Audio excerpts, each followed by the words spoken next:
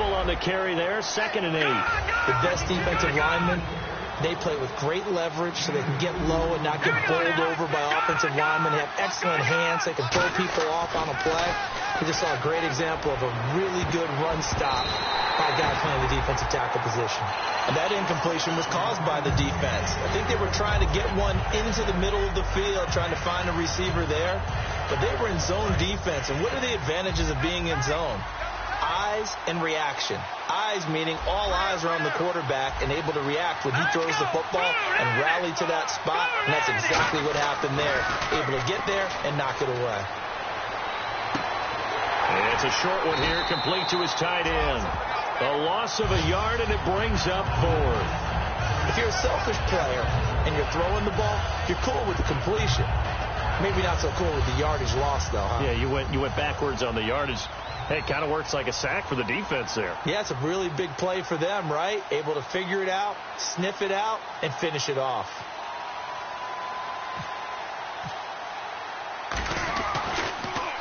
.46 on his first kick. This one in that neighborhood as well. Able to get away. That's why you keep the legs churning. It's a net of 40 there. Punt of 48 and a return of 8. And it'll be Viking football here as they take possession. Now the Minnesota offense set to take over again. And that last drive, a long drive, but not just that. They had a great air attack going. Do they stick with that? I would think that they would, because if they were confident enough to do it on the last drive, starting backed up in their own territory, why would you change anything? They've got to be confident about what they're presenting and continue to do so. Yeah, because the secondary, they really look clueless. And that was amazing because that drive went and went, no adjustments and no big plays by the defense to knock the ball away. They're going to hurry back to the line now. Right all the way out near midfield to the 45. And just a small glimpse there as to why they like this rookie so much. And that's why they lit up a little bit in our meetings with the coaching staff. Yeah, when we talked about him, they did. Yeah, they like his work ethic. You know, this guy's running every route well in the route tree and getting better at it all the time. Really honing his game. They expect a pretty good jump out of him as things continue to move on. Shotgun now for Rodgers. Wide open receiver complete. And he'll get this one down near the 20-yard line. There will always be a place for methodically marching the ball downfield. But when you can pick it up in big chunks and strike like that and have explosive plays, that's often the difference in winning and losing. Those types of plays that can knock a defense off balance, that'll drive a team towards a victory.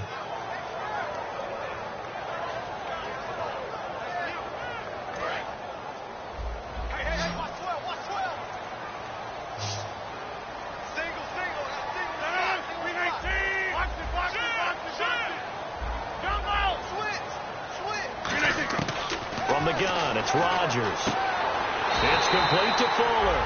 And he is out of bounds, but not before taking this inside the 10 to the 7. Well, that's what you're looking for when you want to throw the ball downfield. You want one of those guys who can play out on the perimeter, can play out wide, who can not only get open, but when they're covered, can uncover themselves downfield and create catches. And here comes play number 6 on this drive. They come out here in the eye. They'll run it with a fullback crunch. And they'll get him down here at about the 5-yard line. It's a gain of a couple, and it'll be 2nd and goal.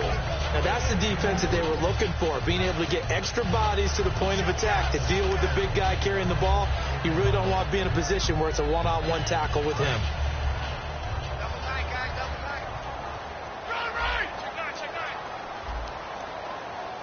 2nd and goal from the 5. Now they try the right side here. And he'll get blown up behind the line of scrimmage. Back at the 6. It's a loss of 2. Now 3rd down. Not only was that a terrific play, but that loss of yardage they created this close to their own goal line, that gives them a little breathing room now as they move them back. And they're breathing fire a little bit right now, aren't they? A lot of confidence being shown by them at this point of the game. So backed up to the 6 now. 3rd and goal. Looking to jam the receivers at the line here. Press coverage look defensively. Throwing is Rodgers. And incomplete. The contact made the ball roam free and brings up 4th down. After all the preparation, all the practice, a play like that will absolutely break your heart. They had everything they wanted, just unable to complete it. In the end zone, a big-time drop. And Zuerlein's kick is good. And the lead will grow. It's now 17-0. So the drive takes them inside the 10, but it ends with just 3. And a nice job defensively to rise up and make sure they didn't get in. That's fielded in the end zone. And all deep in his own territory, he coughs up the football. And they're set up in a golden position here right around the 10-yard line. And now out comes Minnesota. And they had 3 points last time, but they didn't want 3 points because they were well within range of scoring a touchdown. We'll see if they can do better now. I'm with you on that one. Let's just go ahead and be frank about the whole thing. The only one happy about the 3-point. The kicker. Exactly. He put it through the post. That's going to help him in contract time. But that offense, they're thinking, let's get in the end zone this time. I don't know if that helped him in contract time. You could have kicked that one through. I don't know about that. I don't know about that. Super toe.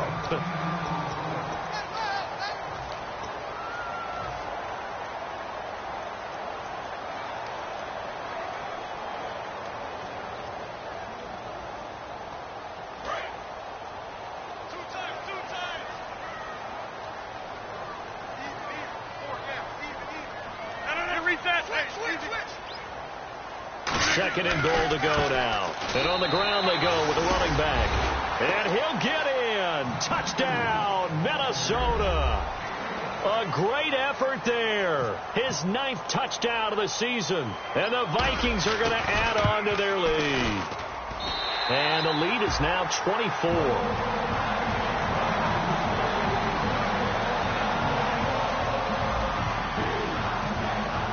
The kickoff unit is out on the field, and they will send this one away. That'll be taken in the end zone. And he will be brought down here at about the 17-yard line. Atlanta now coming out on the field. And 3 and out on the last drive. No points on the scoreboard. A little soul-searching now? I would say so, and they need to help out their defense a little bit. They've had to be on the field a lot more than normal, put them in some tough shift together here from the D-line. They'll come out throwing here to start the drive. Quick hitter here, it's complete. 5 yards on the catch there, brings up 2nd down.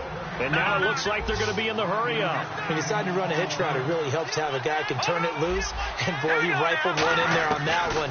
Not much run after catch, but it worked really well. And no escaping this time as he'll go down. They got him for a sack. Great job defensively. I think he was trying to go through his progressions, find someone to get rid of the football. Before he knew it, he was on his back. So that just brings us right back to what you said in the beginning. A great job defensively. Nowhere to go with the football. That led to the sack. And he takes a shot on the release as this will be incomplete. Putting pressure on the guy throwing the football is always good. But when you can couple that with contact on him that leads to an incompletion, as we just saw there, that's winning football.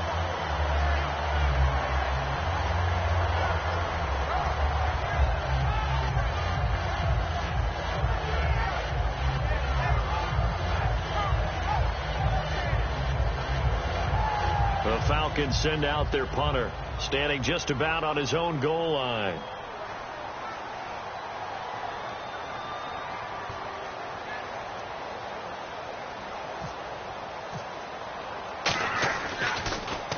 He gets this one away, and boy, it's another boomer. Taken from just outside the 30. A big kick that time, 52 yards. And possession will switch hands, 1st and 10. And now out comes Minnesota. And they were able to punch it in the end zone last time. They'll be looking to do that again here for the defense.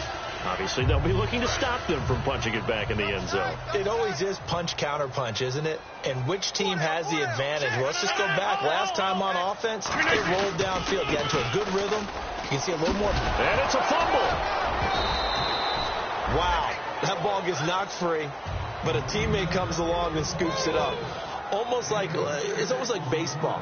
Guys at bat, people are on base in scoring position. One guy doesn't get them home. The next guy comes through and picks him up. And avoids the turnover. No gain on the play that time, and they'll look to convert on what will be a 3rd and 4.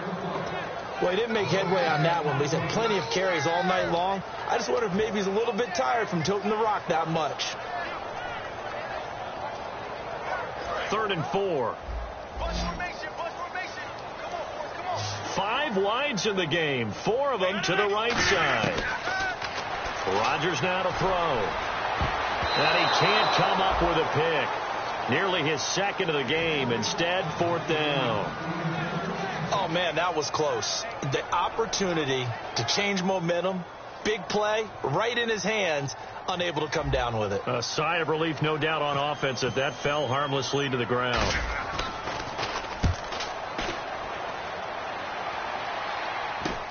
This is taken at the 15. 12 yards on the return that time. And out will come the offense as they take over. So out come the Falcons now. And still no points on the scoreboard. You're coming off of the 3 and out. They're just looking for anything to grab onto right now, aren't they? I'm wondering if someone's going to take charge in the huddle. You know, we always look to the quarterback, but sometimes it's another player on the team, a star, a veteran, someone with some excitement and energy. It's like, all right, guys, let's shake things up and let's go, because they still have an opportunity to make things happen. Shake it off. And down he goes, but he takes it up to the 40. They pick up 12 on the play there, and they move the chains. And they're going to speed things up here. And the D-line pinching together must be expecting the run. Rolling to his left. Now he'll let it go on the run. Deep left side. Oh, you saw that one coming. It's intercepted. Throwing back across his body. Picked off by the former first-rounder Trey Waynes. And the return here will go to the 31-yard line. And out now come the Vikings.